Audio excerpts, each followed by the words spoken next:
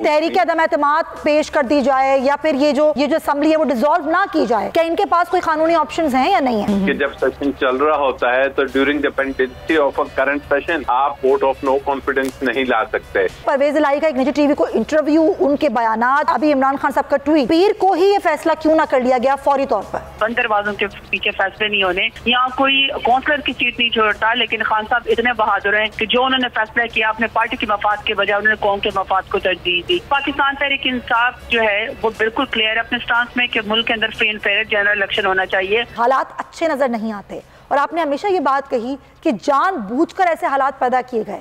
Sir, क्या अब भी जो सूरत हाल है वो जानबूझकर ही है? जो है शहबाज शरीफ साहब की हुकूमत और डाट साहब ये दोनों नाकाम हो चुके हैं। आज मैं गारंटी के साथ कह सकता हूँ कि जो भी हुकूमत आए, कोई भी आए, वो IMF के पास दोबारा जाएगी तबाहकुन शराइत पर। सब्सक्राइब करें और बेल दबाएं ताकि कोई खबर रह न जाए।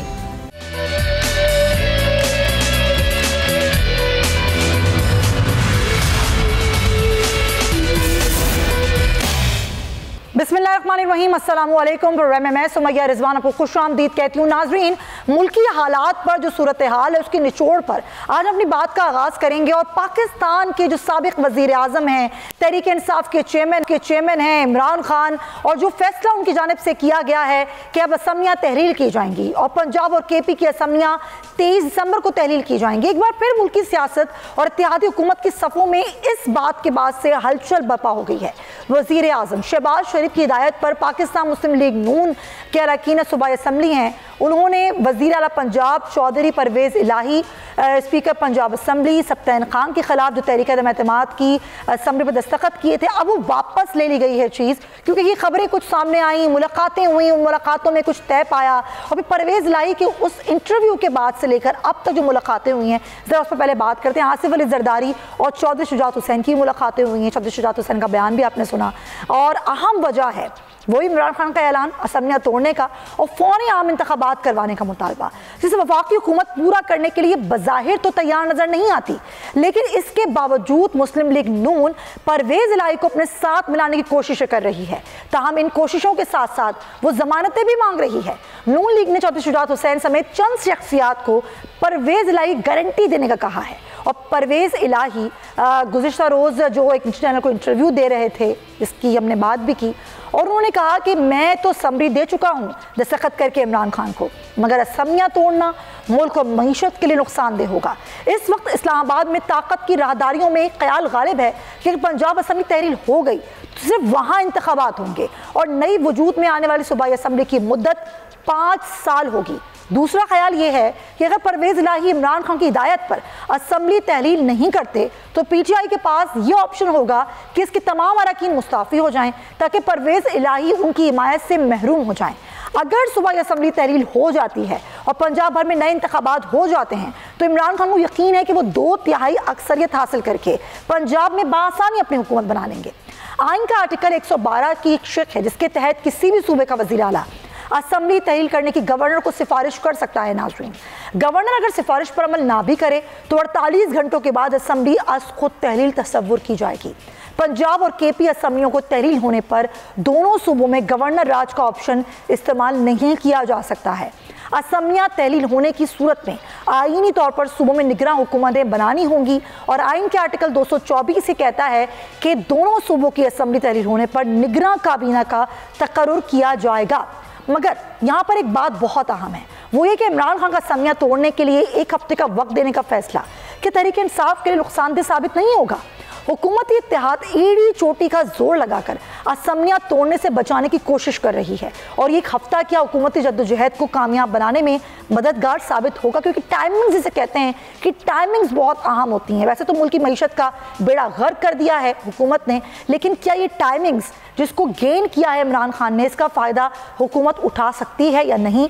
क्या इमरान खान को उसका नुकसान हो सकता है या नहीं? इसी पर हम बात करेंगे अपने ओपनिंग पॉइंट में। ब्यूरो चीफ लाहौर हमें ज्वाइन कर रहे हैं खावर अब्बास, उनको हम वेलकम करते हैं। खावर, बहुत सी खबरें और यकीनन आपके पास होंगी कि 2 रोज़ में ऐलान के बाद से लेकर आज तक बहुत मुलाकातें हुई हैं, बहुत कुछ बयानात भी आए हैं और बहुत से बयानात वापस भी हुए हैं। एक्चुअली क्या है सिचुएशन लाहौर की, पंजाब की? देखिए सुमैया, जैसे आपने अभी सारा मंजरनामा पेश किया, बिल्कुल चीज़ें इसी तरह से चल रही हैं कि जो इस वक्त मुत्तहिदा हुकूमत बनी हुई है वफाक के अंदर, उनके पास बहुत सारे ख्वाब थे, बहुत सारे ख्याल थे। उन्हें लगता था कि चीज़ें इस तरह से पाकिस्तान में कभी नहीं हुई। कभी ऐसा नहीं हुआ कि कोई शख्स इक़्तिदार में हो और वो कह दे कि मैं मुल्क के लिए अपना इक़्तिदार छोड़ रहा हूँ। आज तक इक़्तिदार हासिल करने के लिए तो जंग दिखाई दी है, मगर ये इक़्तिदार छोड़ने की पहली जंग जो है आपको इमरान खान की सूरत में दिखाई दे रही है। तसव्वुर था लोगों का कि शायद जो इत्तेहादी जमात है काफ लीग, वो करीब जाके इनके दरमियान कोई इख्तलाफात पैदा हो जाएंगे और परवेज़ इलाही साहब को पीछे हट जाना पड़ेगा। मगर देखा, जैसे कि अभी इमरान खान ने थोड़ी देर कबल बताया है गुफ्तगू करते हुए कि एडवाइस से जो है दस्तखत शुदा एडवाइस उनके पास मौजूद है और वो उसको गवर्नर हाउस जुम्मे को भिजवा देंगे। जब ये ऐलान हुआ तो बड़ी एक जो है वो शशोपंज में चली गई ये सारी मुत्तहिदा जमातें कि इस तरह से कैसे हो सकता है। और उसके बाद इन्होंने इस बात का जो है वो सद्देबाब करने की कोशिशें शुरू कर दी कि किसी भी तरीके से इस असम्बली की तहलील को रोका जा सके, जिसके लिए जो है साबिक सदर आसिफ अली जरदारी साहब लाहौर पहुंचे। फौरी तौर पर जो है वज़ीर आज़म शहबाज शरीफ से मुलाकात की, उसके बाद चौधरी शुजात साहब से मुलाकात हुई शहबाज शरीफ साहब की, और आज भी मुलाकात हुई। हमारे ज़राए के मुताबिक चौधरी शुजात साहब से 2 मुलाकातें हो चुकी हैं शहबाज शरीफ साहब की, और जिसके बाद उनसे ज़राए ने यह भी दावा किया कि दरख्वास्त की जा रही है कि किसी तरीके से चौधरी समरी कैसे वापस हुई है, तहरीक अदम एतमाद की समरी कैसे वापस ली गई है? कौन सी समरी की आप बात? जो तहरीक अदम एतमाद की समरी थी जो कि पेश करनी थी पीडीएम ने, उसका क्या हुआ? वो क्यों वापस हो गई? क्या ये सुमैया साहिबा ये आपके शो में मैंने पहले ही बताया था, जब इन्होंने ये गुफ्तगू की थी, जब खान साहब की जानिब से पहला ऐलान किया गया था जलसे के अंदर कि मैं असम्बलियों से निकल जाऊंगा, तो उसी वक्त जो है वो जल्दबाजी में मुस्लिम लीग नून के लोगों की तरफ से बयानात आने शुरू हो गए थे घबराहट के अंदर कि भाई हम असम्बलियाँ तहलील नहीं होने देंगे और हम तहरीक अदम एतमाद जमा करवा देंगे। तब बोल ने अपने नाजरीन को क्या है 190 मेंबरान हैं काफ लीग के डाल के जो इस वक्त तहरीक इंसाफ के साथ मौजूद है, और जबकि जो आज़ाद मेंबरान हैं, पीपल्स पार्टी के मेंबरान हैं, जो एक और मेंबर हैं जंगवी साहब जो जंग से हैं। और ये तो आपने खबर हमें दे दी थी, खबर कि ऐसा होगा नहीं, एक जल्दबाजी का बयान था। लेकिन अगर ऐसा होता या अगर ऐसा हो जाए आगे जाकर, तो ये पहली बार ही होगा कि पहले वो तहरीक अदम एतमाद लाई जाएगी उनके खिलाफ, फिर उन्हीं के साथ मिलकर दोबारा असम्बलियां बनाई जाएंगी, ये भी पहली बार होगा? बिल्कुल सुमैया, अगर देखें, अगर किसी जगह पे जाके तहरीक अदम एतमाद पेश की जाती है तो वो सिर्फ एक डिलेइंग टैक्ट होगा कि किसी तरीके से थोड़ा सा वक्त को गेन किया जा सके, टाइम बढ़ाया जा सके, कोई मुज़ाकरात की तरफ बात बढ़ाई जा सके, कोई इमरान खान साहब को इस मौक़िफ़ से पीछे हटाया जा सके। अदरवाइज जो इसका कोई फ़ायदा नहीं होगा जो हुकूमत है उसको, क्योंकि उनके पास नंबर्स ही पूरे नहीं है। जो पीडीएम की हुकूमत है उनके पास नंबर्स ही पूरे नहीं है, और अगर कोई क्रॉस वोट जाता है तो उसके हवाले से तो सुप्रीम कोर्ट पहले ही कह चुकी है कि जो अपनी पार्टी के खिलाफ वोट देगा उसका वोट जो है उसकी मेंबरशिप खत्म हो जाएगी। जिस तरह से इससे पहले आपने देखा 25 लोगों की हुई थी। ये जरूर मुमकिन है कि कोशिश की जा रही है कि जो काफ लीग के मेंबरान हैं उनके दरमियान कोई फूट डाली जा सके, और जैसे कि पहले एतराज आया था कि पार्लिमानी लीडर ने नहीं कहा था इसलिए उनका वोट जो है वो कंसिडर होगा। अगर कोई पार्लिमानी लीडर के जरिए से कोई मीटिंग बुलाकर कुछ इस तरह की चीज करने की कोशिश की जाती है तो वो एक अलग बात है, मगर इस वक्त तक का जो मामला है, अभी तक की जो मुलाकातें हैं, हमारे ज़राए ने दावा किया है कि उसमें कोई भी मस्बत चीज ऐसी वफाकी हुकूमत के हाथ में नहीं आई कि जिसके जरिए से वो इत्मीनान हासिल कर सके। इमरान खान ने दे दी, अभी वो वेट एंड वॉच की एग्जैक्टली हुकूमत के हाथ में एक चीज जो दी है वो टाइम गेन के 1 हफ्ते का टाइम। इस बारे में क्या बात की जा रही है? क्या सियासी हलकों में इस बात से कोई हलचल है कि चले हमें टाइम तो मिल गया ना, अगर पीर को तहरीर हो जाती तो शायद उनको टाइम ना मिलता, हो सकता है जुम्मे तक तो गेम बहुत चेंज हो सकती है? खबर देखिए सुमैया, इमरान खान साहब जब भी बार बार कोई भी बात करते हैं, जब उन्होंने तमाम इस्तीफ़े कौमी असम्बली में जमा करवाए उस वक्त भी उनका यही मौक़िफ़ था। उसके बाद वो मुतअद्दिद अपनी जो तकारीर कर रहे हैं, जितने भी जलसे किए हैं, उन्होंने रैली के अंदर भी उन्होंने यही बात की कि इस वक्त मुल्क जो है वो मुआशी अदम इस्तेहकाम का सामना कर रहा है। इस वक्त मुल्क के हालात ठीक नहीं हैं। मेरा एक ही मुतालबा है, वो ये नहीं कह रहे हैं कि मुझे कुछ दें, वो ये नहीं कह रहे हैं कि मेरे साथ कोई डील करें, वो कह रहे हैं कि आप इंतखाबात करवा दें ताकि इस्तेहकाम पैदा हो सके। लेकिन उसी पे तो रुकावट है ना, वो इसलिए दिया गया। एक तो ये अपने जी जी हाँ बिल्कुल ऐसा ही है, आप हमारे साथ ही रहिए खबर, क्योंकि देखिए ये सूरत हाल है ना। लेकिन अब कौमी असम्बली के जो खबर, एक सेकंड, सियासी सूरत हाल में जो कानूनी पहलू बनता है वो क्या बनता है, इसी पर बात करेंगे। हमें माहिर कानून राजा आमिर अब्बास साहब ज्वाइन करें। बैरिस्टर साहब बहुत शुक्रिया आपके वक्त का। अब जो असल सवाल है वो ये सवाल है कि क्या कानूनी ऑप्शंस हैं पीडीएम हुकूमत के पास, या अब कोई कानूनी ऑप्शंस नहीं रहे हैं इनके पास? किस सिलसिले में कानूनी ऑप्शन आप कि तहरीक अदम एतमाद पेश कर दी जाए, या फिर ये जो असम्बली है वो डिसॉल्व ना की जाए, क्या इनके पास कोई कानूनी ऑप्शंस हैं या नहीं है? देखिए, कानूनी ऑप्शन अगर वो इस्तेमाल करते हैं तो मोस्ट प्रोबेबली इसको लिंगर ऑन किया जा सकता है। कानूनी ऑप्शन एक है, ऑल्दो रूल्स में तो वो नहीं है कि जब सेशन चल रहा होता है तो during the pendency of a current session आप वोट ऑफ नो कॉन्फिडेंस नहीं ला सकते। तो वो शायद एक ये उनके पास रास्ता है कि जी वोट ऑफ नो कॉन्फिडेंस ले आए, या जो गवर्नर साहब हैं वो कह सकते हैं कि जी आप अपना वोट ऑफ कॉन्फिडेंस जाहिर करें। ये दो तरीके कार हैं, लेकिन इसके अलावा वो चाह रहे हैं कि जी अगर वो स्पीकर के खिलाफ ले आते हैं अदम एतमाद तो ये भी उनके पास ऑप्शन है। लेकिन ये ऑप्शन जो सी है ये रुकती नहीं है चीफ मिनिस्टर को असेंबली की समरी भेजने के लिए। तो कानूनी ऑप्शंस तो उनके पास एक सर समरी जाती है गवर्नर के पास। अब जरा हम मंजर खींच लेते हैं, आप जरा कानूनी तौर पर हमें आगाह कीजिएगा, थोड़ा सा हमें गाइड कीजिएगा कि अब समरी चली गई है, असेंबली का इजलास शुरू हो चुका है, तो ऑप्शंस गवर्नर के पास या फिर जो पीडीएम है उनके पास क्या रह जाते हैं? अगर गवर्नर नहीं भी करते तो फिर कानून क्या कहता है इस समरी को लेकर? देखिए, समरी जब चली जाती है तो सिर्फ एक ही सूरत में समरी को पे डिसीजन नहीं हो सकता। वो सूरत है कि अगर नोटिस जो होता है अदम एतमाद बिल का, वोट ऑफ नो कॉन्फिडेंस के बिल का नोटिस स्पीकर साहब ने दे दिया है कि जी मैं नोटिस दे रहा हूँ, ये बिल है, ये आया है हमारे पास, ये मोशन आया है, इस मोशन के तहत हम वोट ऑफ नो कॉन्फिडेंस कराएंगे। जैसा कि पहली सूरत हाल थी सूरी साहब के केस में, उस वक्त नोटिस दे दिया गया था असेंबली को। अगर वो नहीं होता और ये गवर्नर के पास चले जाते हैं तो गवर्नर के पास 24 एक घंटा है और 48 आवर्स हैं। 48 आवर्स में अगर वो इस पे अप्रूव नहीं करते तो इट वुड बी डीम्ड, ये ऑटोमेटिकली जो असेंबलीज हैं वो जो हैं डिसॉल्व हो जाएंगी। ये बड़ा आपने क्लियर कर दिया। मैं चाहूंगी राजा साहब आप हमारे साथ ही रहिए, आपसे एक दो और कानूनी पहलू पे बात करनी है, लेकिन जरताज गुल साहिबा हमें ज्वाइन कर चुकी हैं, पाकिस्तान तहरीक इंसाफ की रहनुमा है। जरताज साहिबा, दो तीन बातें हैं जो कि हो रही हैं, डेफिनेटली आप लोग भी वो सारी चीज़ें देख भी रहे होंगे, सुन भी रहे होंगे। एक तो ऐलान असम ने डिसॉल्व करने का, और तारीख चुनी गई है 23 दिसंबर यानी कि जुमे के रोज़, और उससे पहले परवेज़ इलाही का एक निजी टीवी को इंटरव्यू, उनके बयानात, बीच में सेटलमेंट की बातें, अभी इमरान खान साहब का ट्वीट। ये जो एक सवाल है जो कि एक आवाम कर रही है कि टाइम क्यों लिया गया जुमे तक का, पीर को ही ये फैसला क्यों ना कर लिया गया फौरी तौर पर? देखिए, ये तो खैर फिर अगर जिसने क्रिटिक करनी है तो वो तो फिर ये कह देता कि अभी अगर 3 बजे करना था तो फिर 5 मिनट कम पे क्यों नहीं किया। ये तो फिर एक बिल्कुल ही जिसने नेगेटिविटी फैलानी हो तो बिल्कुल ही यही करेगा। नहीं, नेगेटिविटी नहीं, इसमें एक चांस मिल जाता है ना हुकूमत को कि वो अपने कोई गेम प्लान कर सकें।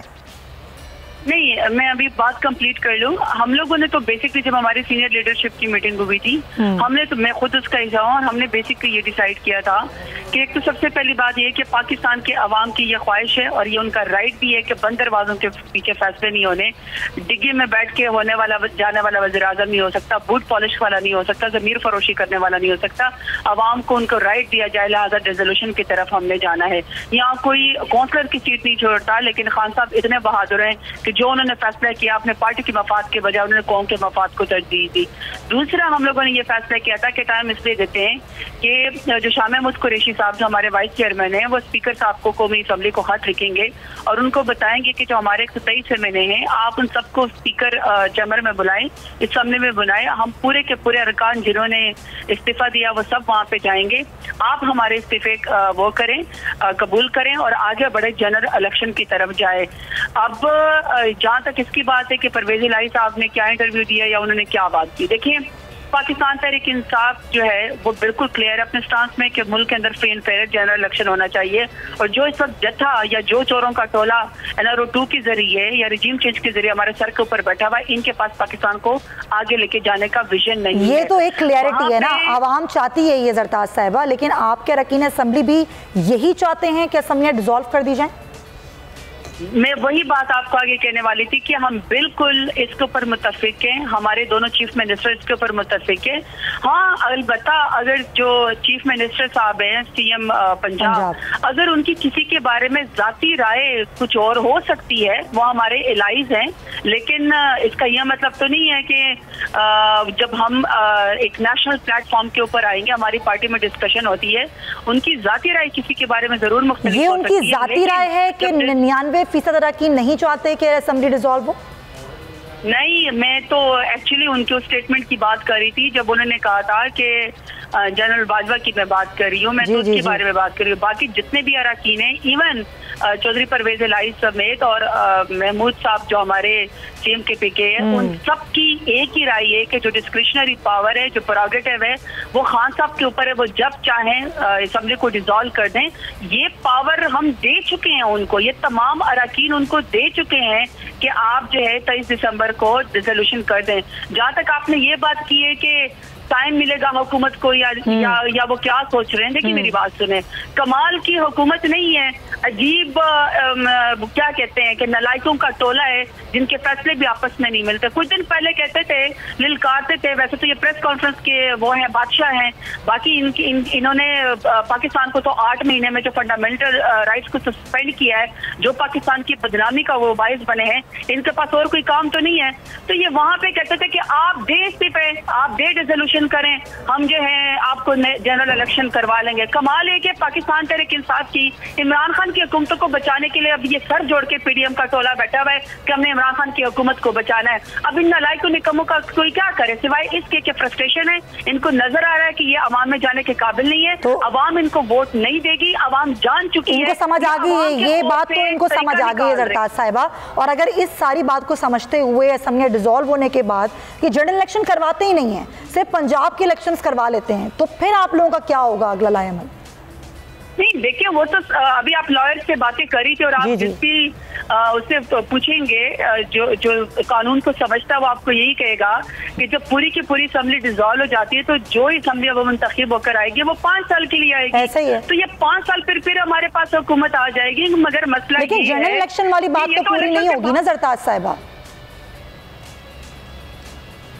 फिर क्या होगा? सवाल की समझ नहीं, आप आम इंतखाबात की तरफ अगर नहीं जाएंगे, यही तो आपका असल मुतालबा है, फिर क्या होगा?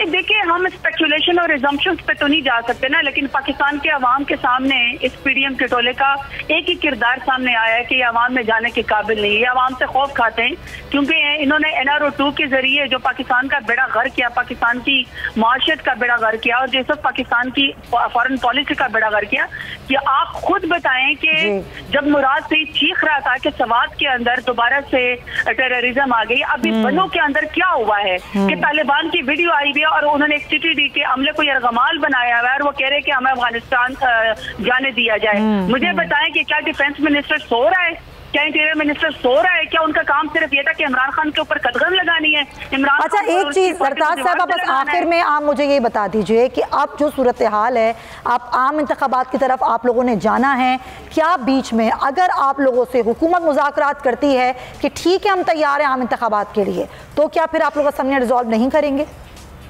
नहीं देखिए, वो तो अव्वल और आखिर एक ही फैसला है ना कि अगर कोई डिस्कशन होगी, अगर कोई फोरम पे बात होगी, तो पहला नुक्ता भी ये free and fair general election और आखिरी नुक्ता भी ये free and fair general election, कौम का मुस्तकबिल है। राइट, बहुत शुक्रिया ज़रताज गुल साहिबा। आमिर साहब, बस आप मुझे आखिर में सारी बता दीजिए कि अब इस एक हफ्ते में अब अगर ये असेंबली डिसॉल्व हो रही है वाले दिन, अब कानून क्या कहता है कि जब आपकी 2 सूबों की असेंबलियाँ डिसॉल्व होती हैं और उसके बावजूद अगर आप आम इंतखाबात की तरफ नहीं जाते, तो क्या PTI के पास कानूनी ऑप्शंस कोई और होंगे या फिर इलेक्शन कमीशन जो फैसला करेगा हुकूमत के तहत वही माना जाएगा? देखिए, इसमें फैसला ना इलेक्शन कमीशन ऑफ पाकिस्तान कर सकता है। इसमें फैसला आईन पाकिस्तान ने बड़ा क्लियरली दिया हुआ है कि जब भी असेंबलियों को डिसॉल्व कर दिया जाए, अगर तो अपनी नेचुरल जो मुद्दत है 5 साल की वो पूरी करके खत्म होती हैं तो विद इन 60 डेज इलेक्शन होना है। जो अगर सूबाई असेंबलियों का है तब भी वो जनरल इलेक्शन कहलवाएगा फॉर द नेक्स्ट 5 years। और अगर वो डिसॉल्व कर दी जाती है असेंबली तो फिर विद इन 90 डेज जो इलेक्शन कमीशन ऑफ पाकिस्तान है उसकी ये आईनी ड्यूटी है कि वो इन 2 सूबों में इलेक्शन कराने का पाबंद है। उसमें कोई किसी किस्म की ऐसी गुंजाइश नहीं कि आप इंटरिम गवर्नमेंट जो आती है उसको किसी किस्म की एक्सटेंशन दे सकते हैं, उसको ना आप कुछ ना गवर्नर राज लगा सकते हैं। वो इलेक्शंस तो विद इन 90 डेज होने ही होने हैं। और इसमें जो प्रॉब्लम होता है वो होगा फिर पाकिस्तान को, कि जिसका सोचना है कि जी क्या हम माशी तौर पे इस काबिल हैं कि हम 30-40 अरब रुपया सूबाई असेंबलियों पे लगा दें, फिर 2-4 माह बाद नेशनल असेंबलियों पे 30-40 अरब लगाएं। ये वो इशू है कि जिसके लिए गालिबन इमरान खान साहब ने अब भी वक्त दिया है कि सोच ले। ये बहुत प्रॉब्लम हो जाएगी पाकिस्तान के लिए। जो सेन माइंड्स हैं, अक्लमंद लोग हैं, ये जो फैसले में शामिल होते हैं कि पूरे इलेक्शन इकट्ठे करवा दीजिए और यही वाहिद हल है कि आपने यही वाहिद हल है अभी इस जो एक अनसर्टेनिटी, एक अनरेस्ट की सूरत हाल है उसका। बहुत शुक्रिया राजा आमिर अब्बास साहब, आपका भी, खबर अब्बास साहब का भी बहुत शुक्रिया। असल सवाल यही है कि क्यों आम इंतखाबात की तरफ नहीं जाते। इस मुल्क की मईशत में जो सूरत हाल इस वक्त दरपेश है उसको ठीक कौन करेगा, और मईशत पर बात करेंगे इस ब्रेक के बाद। स्टे विद अस।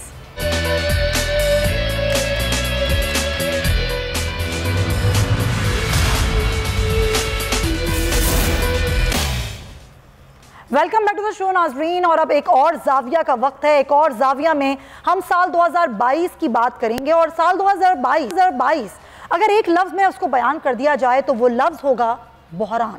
8 माह कबल तक तमाम अशारिये मुस्बत थे और मुल्क तरक्की की राह पर गामजन था, लेकिन आज सिर्फ 8 माह में मुल्क कर्जों के पहाड़ तले दब गया है। मरकजी बैंक के होशरबा अदाद शुमार के मुताबिक सितंबर 2022 तक पाकिस्तान की हुकूमत मजमूई तौर पर 62.5 हज़ार अरब रुपए की मकरूज हो चुकी थी। अप्रैल 2022 के महीने में 3.1 अरब डॉलर की तरसीलात ज़र पाकिस्तान में आईं। इसके बाद शहबाज शरीफ वजीर आजम बन गए। तरसीलात ज़र में कमी वाक़ होना शुरू हो गई। अक्टूबर के महीने में मुल्क में सिर्फ 2.2 अरब डॉलर की तरसीलात ज़र आईं। सैलाब के बायस मुल्क में गुर्बत की शरह 3.7% में इजाफा हो गया। 84 लाख लोग गुर्बत की लकीर से नीचे चले गए।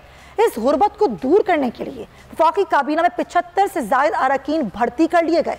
हुकूमती अरकान कौमी असम्बली में 88 अरब रुपए का जो बजट है उनमें बांट दिया गया। इत्तेहादी हुकूमत मुसलसल कोशिशों के बावजूद मुल्की बरामदात में इजाफा करने में कामयाब ना हो सकी। पाकिस्तान ब्यूरो बराए शुमारियात के मुताबिक गुज़िश्ता माह नवंबर के दौरान सालाना बुनियाद पर बरामदात में 18.34% की कमी वाक़या हुई, जबकि माहाना बुनियाद पर बरामदात में 63% कमी वाक़या हुई है। मुल्क की तिजारती खसारा जो कि रवा माली साल के पहले 5 महीनों में सालाना बुनियादों पर 30% की कमी हुई, जबकि मुल्की बरामदात में सालाना की अगर बात की जाए तो वो भी बुनियादों पर 3% और दरामदात में 32.98% की कमी हुई। इधर मुल्क में तवानाई आसमान से छू रही है। कीमतें सनती शोबे के लिए दर्द सर बन चुकी हैं। हुकूमत की तब्दीली के बाद मुल्क में मजमूई तौर पर 150 टेक्सटाइल मिल्स बंद हो चुकी हैं। नतीजतन 20 लाख अफराद बेरोजगार हो चुके हैं। और गुज़िश्ता हुकूमती दौर में बिजली के नर्ख 18 रुपए थे जो अब बढ़कर 36 रुपए फी यूनिट हो गए हैं। पेट्रोल 150 रुपए से बढ़कर 215 रुपए फी लीटर हो गया है। सनत तो गैस मिल नहीं रही है। दरामदात के लिए कोई पॉलिसी नहीं है। LSLC खुल नहीं है। डॉलर्स है नहीं हुकूमत के पास। टेक्सटाइल इंडस्ट्री के लिए खाम माल नहीं है। तो इस सूरत हाल में अब होगा क्या, और मुल्की मईशत का जो अब ये साल और अगला साल किस तरह का होगा, इस पर हम बात करेंगे। मोहर हैं डॉक्टर शाहिद हसन सिद्दीकी साहब और बहुत तजुर्बा रखते हैं मईशत की सूरत हाल के ऊपर। उनका तज्जिया हम लेते हैं। डॉक्टर साहब बहुत शुक्रिया आपके वक्त का। कई बार मेरी आपसे बात हुई है और आपने कहा कि इंडिकेटर्स ऐसे हैं कि हालात अच्छे नज़र नहीं आते, और आपने हमेशा ये बात कही कि जानबूझकर ऐसे हालात पैदा किए गए। सर, क्या अब भी जो सूरत हाल है वो जानबूझकर ही है और जानबूझकर ठीक करने की कोशिश नहीं की जा रही, या मामलात हाथ से निकल चुके हैं? देखिए, मैं आपसे ये अर्ज़ कर दूं कि इस वक्त जो है शहबाज शरीफ साहब की हुकूमत और डार साहब ये दोनों नाकाम हो चुके हैं। बिल्कुल उन्होंने हाथ खड़े कर लिए हैं। ऐसा लगता है कि उनकी कोशिशें जो हैं वो ये नहीं है कि गुर्बत में कमी करें, बेरोज़गारी में करें, महंगाई में कमी करें, या शरह नमू को बढ़ाएं, या सरमायाकारी को बढ़ाएं, या बरामदात को बढ़ाएं। इस वक्त सारी कोशिश ये है कि किसी तरह अगस्त 2023 तक मामलात ऐसे चलें कि बाहर से कर्जे मिल जाएं, कुछ कर्ज़ों की रीशेड्यूलिंग हो जाए, ताकि डिफ़ॉल्ट का ख़तरा जो बात हो रही थी वो ना हो, बुरानी कैफियत ख़त्म हो जाए। और अगली हुकूमत के लिए आज मैं गारंटी के साथ कह सकता हूँ कि जो भी हुकूमत आए, कोई भी आए, वो IMF के पास दोबारा जाएगी तबाकुन शराइत पर। अभी इस वक्त ये है कि देखिए 2% तो हमारी शरह नमू रहेगी इस साल, 2% से ज़्यादा नहीं रहेगी। महंगाई जो है वो जनवरी में 12.3% थी, अब ये 23.8% है, तकरीबन दुगनी हो गई। इसी साल में हमने देखा कि जो हमारे मजमूई कर्जे हैं उसमें 9 महीने में 10,700 अरब रुपए का इजाफा हो गया। बैरूनी सरमायाकारी गिरी, उसके बाद हमने ये देखा कि जो तरसीलात गिरी। कहाँ बेहतरी आई? बेहतरी आई तिजारती खसारे में, और वो कमी हुई 6.2 अरब डॉलर की। लेकिन ये नहीं भूलना चाहिए कि ये कमी इसलिए हुई कि हमारी जो इम्पोर्ट्स हैं उसमें 6.7 अरब डॉलर की इम्पोर्ट्स की कमी हुई, लेकिन हमारा जो तिजारती खसारा है इसमें 6.2 अरब डॉलर। लेकिन क्या हुआ कि हमारा जो करंट अकाउंट डेफिसिट है वो भी फिर 6 अरब डॉलर से कम होना चाहिए था, वो सिर्फ 3.4 अरब डॉलर कम हुआ। यानी आपने इम्पोर्ट्स को कम करके और जो है वो बुरानी कैफियत को ज़्यादा संगीन होने से बचाया है, लेकिन खतरात बढ़ रहे हैं। लेकिन डॉक्टर साहब एक चीज़ है, आपने कहा कि अब जो भी हुकूमत आएगी वो इससे ज़्यादा तबाहकुन शराइत पर IMF जाएगी। सर एक तो सवाल ये है कि इससे ज़्यादा तबाहकुन शराइत क्या होंगी, और दूसरा सवाल ये है कि इस वक्त हमारे पास डॉलर्स नहीं है LCs खोलने के लिए। आगे हमारे पास डॉलर्स लाने के लिए हुकूमत के पास अब ऑप्शंस क्या हैं? यहाँ घरों में डॉलर्स हैं लेकिन हुकूमत के पास नहीं है। देखिए मैं आपसे ये कह दूँ कि 11 अरब डॉलर की हमारी ज़र मुबादला के ज़खायर इस साल कम हुए हैं, 11 अरब डॉलर। अब ये हमारे पास जो ज़खायर हैं वो 6.7 बिलियन डॉलर्स के हैं, लेकिन ये हमारी कमाई हुए पैसे नहीं है, ये दूसरों का पैसा है। हमारे पास हमारे अपने जो रिजर्व्स हैं वो नेगेटिव में हैं, ये बात समझने की ज़रूरत है, नेगेटिव में है। लेकिन ये मैं कहता हूँ कि जब हुकूमत के पास डॉलर नहीं है, तो स्टेट बैंक के पास डॉलर नहीं है, तो LC तो नहीं खुल सकती, इल्ला ये कि बहुत ही ज़रूरी दवाइयाँ हों या पेट्रोल हो। तो ये तो मेरा ख्याल है, जब तक मैं बिल्कुल आपको वाज़ेह तौर पे बता दूँ, इस वक्त जो सबसे बड़ी गलती हो रही है कि जब मईशत तबाह बर्बाद हो चुकी, तो आप हर कीमत में घुटनों के बल डाएँ, अपना कशकोल बढ़ाएं और उनसे ये कहा जी हमें मरने से बचाने के लिए जो भी आपकी शराइत है हमें किस्त दे दें। अच्छा। अब किस्त लिए बगैर चारा नहीं है, इसलिए कि वो किस्त देंगे सर वो तो अपनी शर्तों पे किस्त देंगे ना, आवाम को मजीद परेशान करना होगा। हुकूमत की साख बचाने के लिए ऐसा करना नहीं चाहती। अब आप मुझे मौका दें, मैं आपको बता दूं, जिस वक्त आपको किस्त मिलेगी तो कई 100 अरब रुपए के अवाम के ऊपर टैक्सेस लगाए जाएंगे, जिसको आप मिनी बजट कह सकते हैं। पेट्रोलियम लेवी में इजाफा किया जाएगा, जिससे कि महंगाई का एक और तूफान आएगा, पैदावारी लागत बढ़ेगी। एक मिनी बजट लाना पड़ेगा, चाहे उसको मिनी बजट का नाम दें या नहीं दें, लेकिन टैक्सों का बोझ डालना पड़ेगा। लेकिन उससे मईशत ठीक नहीं होगी, उससे ये होगा कि आपका अगस्त 2023 तक का वक्त गुजर जाएगा। लेकिन अगर मैं आपसे बताऊं कि इस वक्त हमारे मुल्क में तकरीबन 10 करोड़ लोग ऐसे हैं जो गुर्बत की लकीर से नीचे हैं। अभी जो सैलाब से 91 लाख आदमी मजीद वो भूख का शिकार हो चुके हैं, और दुनिया के 121 मुल्कों में हमारा भूख का नंबर है 99। तो ये ख़तरनाक सूरत हाल है, और इससे नज़रअंदाज करके सबसे अहमकाना बात अगर हो सकती है तो वो ये है कि मीसाक़े मईशत बना लें। अरे भाई मीसाक़े मईशत ना बनाएं, आप जो है ना IMF से मामला तय करें, डॉलर की स्मगलिंग को रोकें। डॉलर स्मगल हो रहा है, मुतवाज़ी मार्केट वजूद में आई है, उसमें बात करने में शर्माने सर ये डॉलर तो स्मगल तकरीबन 1 साल से हो रहा है, लेकिन इस पर काबू पाने में नाकाम क्यों नजर आती है हुकूमत? नहीं देखिए, वो बढ़िया जो है वो चंद महीने से बढ़ा है, जस्ट के बाद जो है वो पैरेलल मार्केट जो बनी है उसमें डॉलर का रेट है 250 अरब, 250 रुपये, और ऑफिशियल रेट जो हमारा है 224। तो 224 और 250 का मतलब ये है कि मैं आपको खुल के बता दूं, अफगानिस्तान में डॉलर बड़े पैमाने पर जो है वो स्मगल हो रही है, उसकी दस्तावेज सबूत मौजूद है। सर आप बिल्कुल सही कह रहे हैं, और अपने बैंक्स जो हैं वो भी 224 रुपए पर डॉलर देने को तैयार नहीं, तो बैंक्स भी मुलव्विस हैं, और बैंक्स की वजह से सूरत हाल को पहुंचे, लेकिन कार्रवाई कोई नहीं हुई। मैंने आपके पहले प्रोग्राम में कहा था कि 8 से ज्यादा बैंकों ने सट्टेबाजी की है मुनाफा कमाने के लिए। हुकूमत के पास सबूत है। मैं ये पूछना चाहता हूं कि उनके लिए एहतसाब, उनका एक्शन कब होगा? उनसे इतना डरने की क्या जरूरत है? क्या आपकी कमजोरी है? उनके खिलाफ एक्शन ले, दुनिया को नजर आना चाहिए और वो एक्शन होगा। शख्सी जुर्माना, बैंक में जुर्माना ना करें, वरना तो डिपॉजिट। ये 2-3 चीजें हैं डॉक्टर साहब ने बड़ी इंपॉर्टेंट की हैं। डॉक्टर साहब वक्त की कमी है सर, दोबारा आपको दावत देंगे। डॉक्टर शाहजहां हसन सिद्दीकी साहब, आपके तज्जिए का बहुत शुक्रिया कि ये डॉक्टर साहब ने वो 2-3 बड़ी इंपॉर्टेंट है। एक तो ये कि आपको कर्जे लेने के लिए IMF की शराइत को पूरा करना होगा, एक मिनी बजट ला के, मजीद टैक्सेस लगा के, और जो बैंक जिन्होंने ये सारी कार्रवाई की है जिसकी वजह से जो करेंसी क्राइसिस आया हुआ है उनके खिलाफ कार्रवाई करनी होगी। तो देखते हैं कि हुकूमत ये करती है नहीं। अपने अगले सेगमेंट की जाने पड़ेंगे, बोल अवाम आगाही। और बड़ी अफसोसनाक और दर्दनाक खबर है इस्लामाबाद से, जहां पर एक छोटे मासूम 8 साल के बच्चे के साथ ज्यादती की गई और उसके बाद बेदर्दी से उसे कत्ल कर दिया गया। और उससे ज़्यादा तकलीफ दे बात यह है कि उसकी लाश को दरख्त से लटका दिया गया। ये कैसे हुआ और वफाकी दारुल हुकूमत में ये क्या हो रहा है? हमारे नुमाइंदे एहतशाम बात करते हैं। एहतशाम, कब का वाक़या है ये? क्या कोई गिरफ्तारी अमल में लाई गई? ये जी बिल्कुल, ये गुज़श्ता रोज़ का वाक़या है। और ये बच्चे की मैं आपको उम्र की तस्दीक करता चलाऊँ तो ये बाद में जो मालूमात हुई है तकरीबन 16 साल की उम्र है। अच्छा। तो वाक़या कुछ इस तरह से है कि ये शिफा हॉस्पिटल के साथ एक छोटा सा जंगल है। अच्छा। यहाँ पर इसकी लाश जो है वो दरख्त के साथ बंधी हुई थी। मौके पर जब पुलिस पहुंची है, जो मेरा उनका जो रब्ता हुआ, तो उनका शुरू में ये कहना था कि बच्चे को ज्यादती करके उसके बाद कत्ल कर दिया गया और उसकी जो लाश है जो उसको दरख्त के साथ लटका दिया गया। उसके बाद वहाँ से लाश को जो है करीबी जो हॉस्पिटल है पोली क्लिनिक लाया गया और पोली क्लिनिक में उस बच्चे का जो है पोस्टमार्टम किया गया। इब्तदाई जो रिपोर्ट है उसके मुताबिक जो है वो कुछ ऐसे निशानात उसके जिस्म पर नहीं पाए गए। अलबत्ता जो उसकी मुफस्सिल जो रिपोर्ट है वो जो है कल जो है इसके लवाहिकीन का कुछ पता चला क्या? उनकी हवाले से कोई बयान सामने आया कि कोई दुश्मनी थी किसी से या कोई और मामला था ये? जी बिल्कुल, बोल न्यूज़ की जो टीम पुलिस क्लिनिक में मौजूद थी, वहाँ पर उसके कुछ लवाहिकीन में से लोग आए थे। एक बंदे ने दावा किया था कि वो उसके चचा हैं, उनका नंबर भी लिया था। अच्छा। तो उनसे मुसलसल मैं रब्ता कर रहा हूँ, उन्होंने उसके बाद रब्ता नहीं किया। अलबत्ता जो पुलिस एहलकार हैं जो IO हैं केस के, उनके हवाले से जो उनसे मेरी बात हुई है तो उनका यही कहना था कि अभी जो भी हम इसका जो नतीजा सामने आएगा वो पोस्टमार्टम की जो फाइनल रिपोर्ट है उसके बाद हम देंगे। अलबत्ता जो है कुछ मुश्तबा अफराद हैं जो उनको वहाँ से गिरफ्तार किया गया है। और चलें, कुछ मुश्तबा जो अफराद हैं उनको गिरफ्तार भी किया गया है। एहतशाम अली, बहुत शुक्रिया।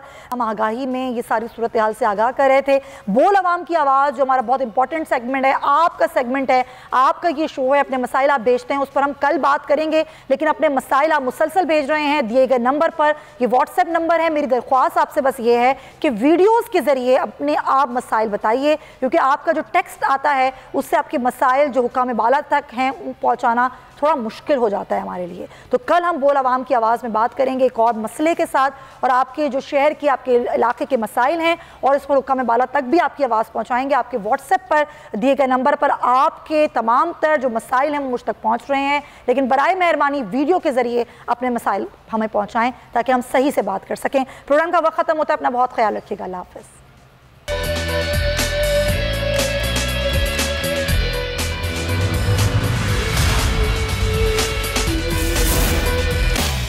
हकीकी आजादी की जंग में बोल भी कप्तान के हमकदम। इलेक्शन कराओ मुल्क बचाओ की लाइव ट्रांसमिशन, दिखाई लम्हा बलम्हा सूरत हाल।